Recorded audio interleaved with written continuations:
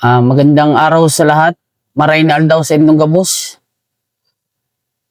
Ako si Private Romy Mular Villamor Jr. 935594 Infantry Philippine Army. Ako ang nooy private na nakipagduurday sa 10 metrong layo at nakapatay sa 3 matataas na opisyal ng Dawla Islamiyah Mauti ISIS Group. At kabilang ko ring napatay ang international terrorist leader ng ISIS sa Southeast Asia na pumalit kay Isnilon Hapilon na si Waida Benito Maromsar alias Abudar.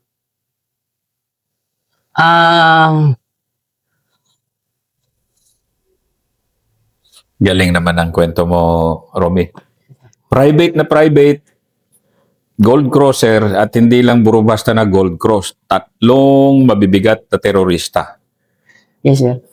And karangalan ko na i-share itong kwento mo dahil nag-message ka and then yung nga, na-CDD siya. Pero nag-message ka na, sir, gusto kong i-share yung aking war story, which is napakatindi. Pero simulan muna natin yung pagkabata mo sa Yes, sir. Bicol.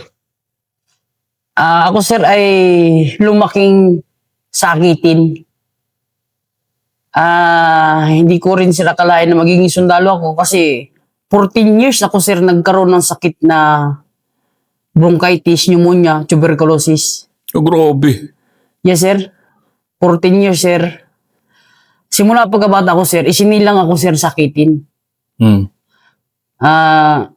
Ngayon, sir, nakapag-aral ako, sir, ng elementarya, nakikiusap lang, sir, yung tatay ko na ipasa lang ako.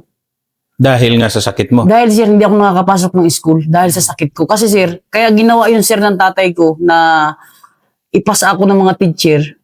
Ayaw akong mapag-iwanan ng tatay ko dun sa kapatid kong babae na sumunod sa akin na hindi ako maiwan niya sa pag-aaral. Kaya yung tatay ko, sir, nanikluhod sa mga guro na kaawaan ako na paminsan-minsan nakakapasok, paminsan-minsan hindi. Kahit ipasa na lang para hindi ako mapag-iwanan ng bunso kong kapatid. Then, sir, time na, sir, ng year 2011, pumasok ako sa siyang naka-deploy noon sa lugar namin is 49 Infantry Battalion. Sila yung naka-deploy doon na batalyon. Nung skate chairman ako, sir, nagkaroon ang 49 IB ng tinatawag nilang programa na Youth Leadership Summit. Nung magkaroon, sir, ng YLS, lahat ng skate chairman sa bayan ng Paracali ay kinuha ng 49 para pinasali sa Youth Leadership Summit, sir, sa YLS. Kabilang ako doon, sir, sa YLS. Nung makabilang ako, sir, year 2011 sa YLS na ginagawa ng 49 IB sa 9th Infantry Division, ay doon ako, sir, nagkaroon ng inganyo sa sarili ko na gusto ko rin maging sundalo. Okay, ang YLS kasi isa sa mga pinagmamalaking activities ng bawat batalyon, Youth Leadership Summit, na kung saan sinashare namin yung mga military values. And then ito nga, Yes, Romy, Yes, isang produkto pala ng YLS. Yes, sir. Year 2011, sir, ako naging product ng YLS. Ang natatandaan ko, sir, no, na medyo nakapagbigay sa akin ng inganyo, sir, sa pagpasok sa military ay si Sergeant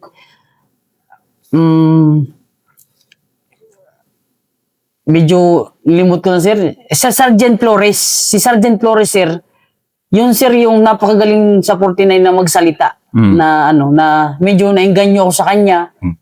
Tapos yung ginagawa namin na pag-activity sa YLS. Kaya, sir, pumasok sa sarili ko nung time na nun, gusto ko rin maging sundalo. Kaya, sir, gumawa ako, sir, ng paraan na paano ko makakapasok sa military. Noong time nun, sir, hindi naman ako makapagtapos ng kolehiyo. First semester ng first year, ng criminology lang naman sir ang inabot ko. Then, nung time na nun sir, na year 2015, tapos na ako sir, nagpasok ako ng security guard dito sir dito sa NCR.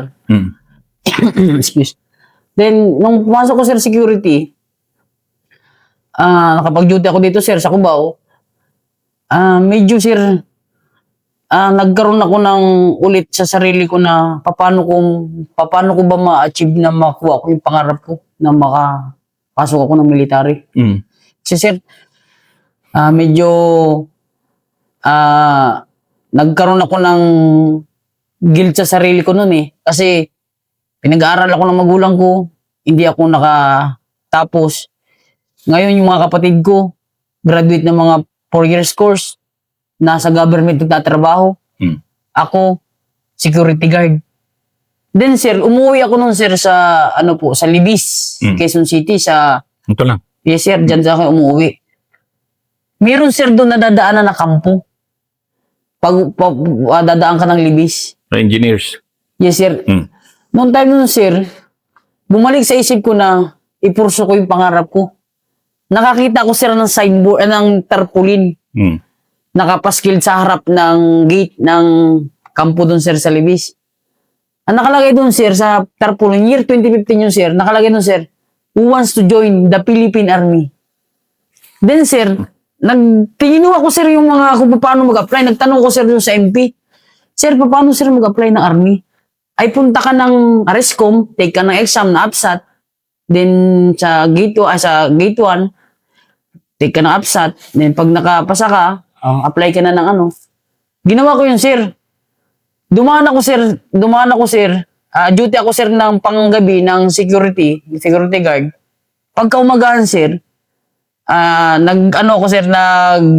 punta ako ng gate 1 sa Ariscom, sa Army Reserve Command. Then, dumaan pa ako dito sir sa Libis. Napakalayo pala sir dito sa Libis, papuntang Taguig. Ilang oras ako sir nagbiyahe. Mapurso ko lang sir yung pangarap ko makapasok ng maging sundalo. Then, nag-exam ako sir sa Ariscom. Awa ng Diyos sir, nakapasa. For enlisted. Then, pagbalik ko sir, pagsahod ko sa security, nag-awol na ako sir. Umuwi na ako ng Norte, sa Bicol. Dahil alam mo makakapagsundalo ka na. Yes sir, kasi pasado na ako. Ngayon sir, nandun ako sir sa amin, sa Paracali. Punta ako ng batalyon ng 49 IB. Sa batalyon ng 49 IB sa Mahawan-Hawan, Talubatib, ay nagtanong ako dun sa tropa. Ang natanong ko dun sir ay si Sergeant Ceruelos. Nung matanong ko si Sergeant Ceruelos, sir, gusto ko po mag-apply ng Army. Wala po. Kung alam ko paano mag-apply ng Army. Sir, pwede niyo akong turuan paano po mag-apply ng Army. Meron na po ako ditong tabings. Nakapasa na po ako ng APSAT. Kasi yun po ako nang hinanap sa akin ng tropa. May APSAT ka na ba? Sabi ko, yes sir, meron na po. May tabings. Kukunin ko na lang po yung result. Ayun sir, tinulungan po ako ni Sergeant Ceruelos. Nung tulungan po ni Sergeant Ceruelos, siya po ang nag-tabings ng mga papers ko kasi hindi ko po alam po paano mag-tabings. Tabings, ibig sabihin Yes, kasi ano yan eh, ano ba yun? Yung tab, yung Yes, sa sir. papel, yung tab, Yes, sir. tab. Yes, sir. Tabings ang tawag. Okay. Tapos sir, meron ako sir na sariling tao sa amin sa Camarines Norte na Vice Mayor ng San Vicente, bayan ng San Vicente, si Honorable Antonio Villamor, na tiyuhin ko, Vice Mayor. Meron siya sir na pinsan sa Villamor na Mayor, class 1998, si Colonel Eric H. Colbera ng 9ID po. Si Eric Culbera? Yes sir. Oh. Yun po nagtulong sa akin para makapasok ako ng Oh, military. Eric, shout out. Hindi, kaibigan ko yan. Ranger yan eh. Yes sir, yes Si sir. Eric Ranger po. Culbera. Yes sir. Nasaan ba si Eric ngayon? Oh, Sniper. warrior din yun. Yes, sir. Warrior sa Lanao yan. Yes. Oh, Eric, kung napapanood mo to, brother. Ano yan? Very active yan sa Isra. Yes, sir. So si Eric pala tumulong sa'yo. Yes, sir. Kaya po, lubos ako nagpapasalamat kay Colonel Eric H. Culvera. Kasi binigyan niya ako, sir, importansya. Kasi sir, ang pagbibigay ng importansya sa tao, hindi madali. Pero nung bigyan ka ng importansya ng isang tao para mapurso mo yung pangarap mo, isang malaking bagay at pribilehiyo. Kaya nagpapasalamat din po ako kay Colonel Eric H. Culvera na binigyan niya ako ng pagkakataon na yung pangarap ko, matupad ko. Sige, tuloy-tuloy natin. Itong unang episode, ito yung pagsusundalo mo. And for the record, ikaw yung unang tropa ng 19th Infantry Division. Commander dyan ngayon si General Almacen na Mistako. Na-feature ko, ikaw yung una. Kaya very proud din ako. Sige, tuloy mo lang yung journey mo sa pagsusundalo. Then, in-endorse po ako ni Honorable Antonio Villamor, na former Vice Mayor ng San Vicente, bayan ng San Vicente, sa kanyang pinsan, kay Colonel Eric H. Culvera. Then, pinatuloy po ako sa bahay ni Sir Eric. Habang ako po ay nagpa-process ng paper sa 9th Infantry Division para sa enlistment, ang ginawa po sa akin ni Sir Eric, para hindi kasi po napakalayo po ng Paracali, Cam Norte sa Pili, Camarines Sur. Isang lalawigan po ang distansya. Kaya ang ginawa po sa akin ni Sir Eric, tumuloy ka muna sa bahay ko. Habang nagpa-process ka ng papers mo, dito ka na muna. At ako man bahala sa'yo. Gaano ka-importante sa'yo yung ganong kagandahang loob ng isang tao na hindi ka naman niya kilala? Napakalaking bagay, sir, na pagtanaw ng utang na loob po, sir, kay Colonel Culvera. Kasi, sir, gaya ng sinabi ko, sir, kanina, ang pagpapahalaga sa isang tao, bihira yan ibigay. Lalo na yan ay isang pribilehiyo na sa isang tao na pagmamahal. Kasi, sir, kung hindi mahalaga sa isang tao, hindi mo bibigyan ng halaga. Pero binigyan ako, sir, ng halaga ni Sir Culvera para lang ma-achieve ko yung pangarap ko maging sundalo. Tapos pinatuloy pa niya ako, sir, sa bahay niya. Actually, nandyan siya sa kabilang building. Nagkita kami 5 months ago. Nandyan siya sa may peace process something. Yes, Yan, sir. Yes, sir. Diyan siya, si Eric. Sige, tuloy lang. Then, nagpo-process ako, sir, ng enlistment ko sa 9th Infantry Division sa Pili, sa camp. Year 2016, di ako, sir, nakapasok. Ang sabi sa akin ni Sir Eric, standby ka na muna, Villamor. Sa sunod na class ka na lang pumasok. Kasi, sir, ngipin ko, sir. May problema, sir, yung ngipin ko, sir, kasi lahat yan, sir, postiso. Ganun ba? Yes, sir. Sige, tuloy. Then, sir, 2017, sir, na-enlist ako, sir. Si Sir Eric din, sir, ang nagtulong sa akin para magawa ng paraan yung ngipin ko. Siya rin sila nagastos. Binayaran ko na lang, sir, nung paglabas ko, sir, po ng training ng enlisted. Kaya ganun, sir, kabuting tao, sir, si Colonel Culvera. Ang pagtulong niya po, sir, walang kapalit. Puntahan mo siya. Nandyan lang siya sa kabilang building. Matutuwa yun pag mapanood to. Pero nandyan lang siya. And I'm happy na sinasabi mo to kay Eric kasi yung normal na sundalo, officer o sundalo man, enlisted person man, dahil very professional at likhang matulungin eh. Yes, sir, yes, sir. Diba? I mean, natutunan mo yan sa pagsusundalo, Yes, sir, na yes, sir.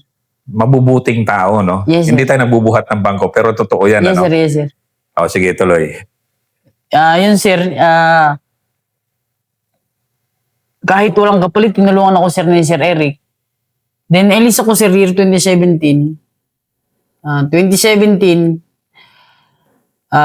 year 2018, March, nadala ko, sir, sa Lanao del Sur.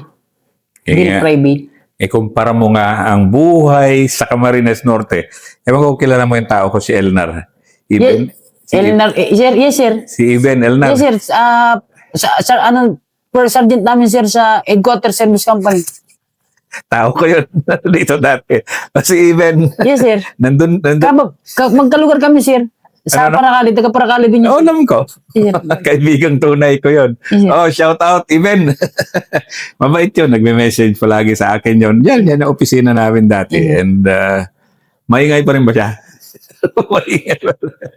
Pero, love ko yan si Even Elnar. First sergeant mo pala siya. Yes, sir. Yes, sir. Okay. Sige, tuloy. Gaano ka-diferensya ang Paracale at Lanao del Sur? Magkaiba, sir. Kasi, sir, sa Paracali, namuhay ako noon na nagmimina. Mm. Nagkakabod ng Kabud ginto. bang tawag sa inyo, no? Yes, sir. Kabod. Nagkakabod ng ginto. Mm. Nung una, sir, nung nasa Paracali ako, ang trabaho ko lang, sir, nagkakabod ng ginto, nagmimina. Ngayon, sir, nung makarating ako, sir, ng Lanao, na bumaba kami ng Lagindingan Airport, kinuha kami ng 6x at KM. Nung papasok pa lang kami, sir, ng 103rd sa Marawi, 103rd Brigade, nakarinig ako, sir, ng bang. Nung una, sir, hindi ko alam kung ano ang ibig sabihin ng bang. Anong sabi ng bang? Yung ano, sir, yung Putok. in every na ginagawa ng Muslim na yung alas 6, alas 10, alas 12, alas 4, na Allahu Akbar, Allahu Akbar, yung malakas ba, sir? Yung una ko doon sa Marawi, talagang iba rin yun. Kung galing ka ng Christian area, Yes, sir. talagang mababaguhan ka doon sa ganon. Yes, sir. Nung una ko marinig yun, sir, yung napakalakas na ginagawa ng mga kapatid na Muslim, kinabahan ako, sir. Mm. Sabi ko, Real McCoy na talaga ito. Nasa Mindanao na talaga ako. Sabi ko, bahala ng ama. Kung makakawi pa ba ng buhay? Natatawa ako dito kasi diyan ako galing sa area na yan eh. Ranger, company commander ako, di ba? Sarap doon. Yes, sir. Sige, tuloy. Natatawa lang ako. Medyo, sir, nandun na yung kaba. Tapos, biniliping pa kami, sir. Hmm. Ng 49, at sa 49. Wireless ako, sir, ng 49. Product ako ng wireless ng 49. Sa 49 din, sir, ako na destino. Di ba si Captain Acosta kasama nyo? Sir, yun po ang CEO ko sa Alpha Company. Si Captain Reyes P. Acosta. Ano na? Reyes P. Oo Acosta. nga, kaibigan ko. Yes, sir. Yun po ang CEO ko sa Alpha Company. Ganun ba? Yes, sir. Oh, na-share ko na yung mga kwento niya sa Pawas eh. Yes, sir. Kasama mo siya sa enkwentro na to? Hindi. Hindi po, sir. Ang kasama ko po ay si Second Lieutenant Japit Orbeta, tapos po si First Lieutenant Tobias, Ranger na, Parang kilala ko. Oh, Pero si Toby. sige. Si Raides. Si Matindi yung mama na yan. Yes, sir. Siyang CEO mo. Yes, sir. Siya po ang CEO ko. Okay. Sige. Si Sir Acosta. Laking Pawas yan eh. Nakipagbagbagan sa Pawas. Yes, sir.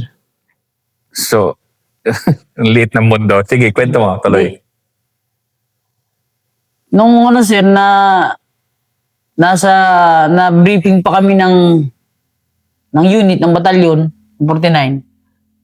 Pinakita niya, sir, siyempre, pinakita ng mga video kung anong sa butig. At sa butig kami nun, sir, eh. Mm. Di sabi nila sa amin, private.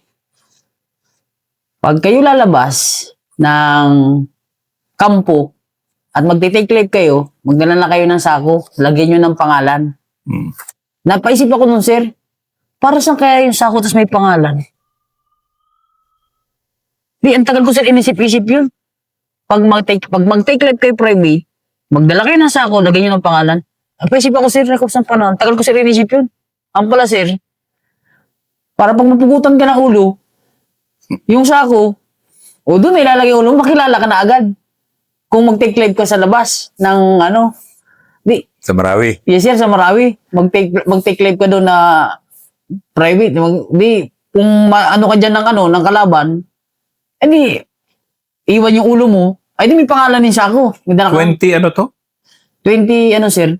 2018 ako sir naka ano. 2018, tapos na Marawi. Tapos na sir Marawi. Oo. Di, ano na sir, mga sayop ng tropa. Hindi rin totoo yan. True story yan. Galing ako dyan. Yes, sir. Kumbaga true story yung mga ganyan na bagbagan talaga Yes, sir. doon. Hindi ito biro doon eh. Yes, sir. O sige. Then, ano sir, nag-a-adjust pa ako nun sir sa buhay military, buhay sundalo, private. Then, nung nandun ako sir sa detachment ng Tamparan, Tamparan. Yes, Doon sir. sa may paglumbayanage. yes sir, pag bago lumbanayagi. Nare-recall ko lahat. Sige. Nandun ako sir sa detachment ng Tamparan. May na-relieve sa amin sir na senior, Hmm.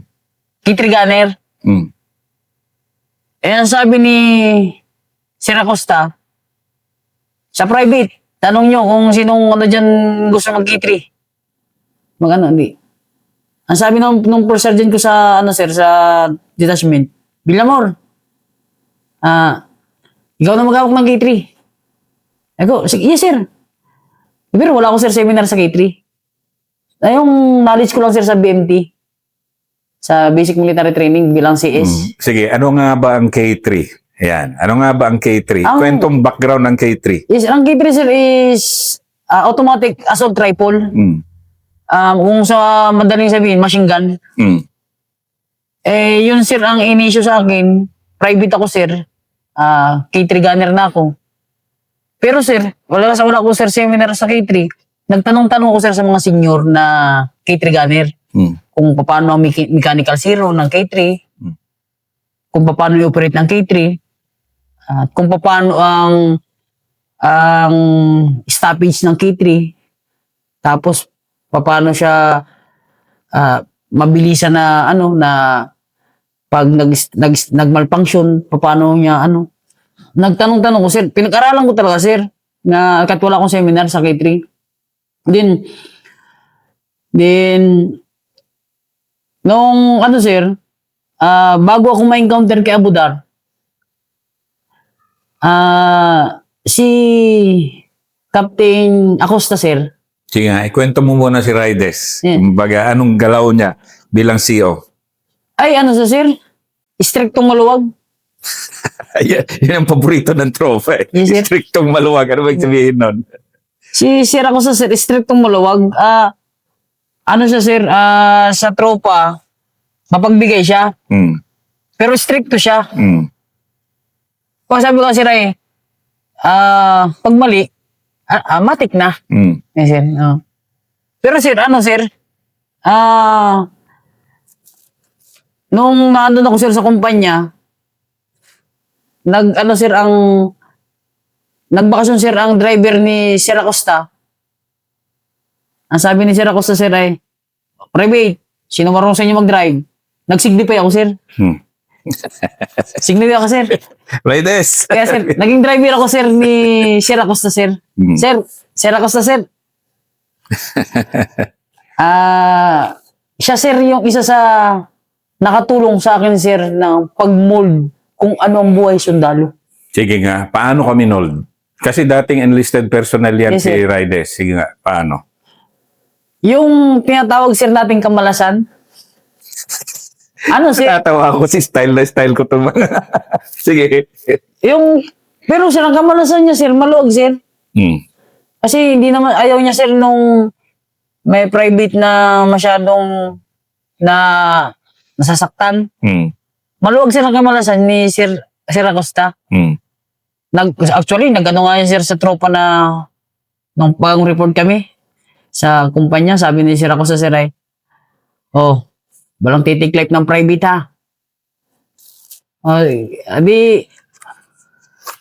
Ano sir si Sir Acosta sir sa tropa nun na-mold ako nun sir na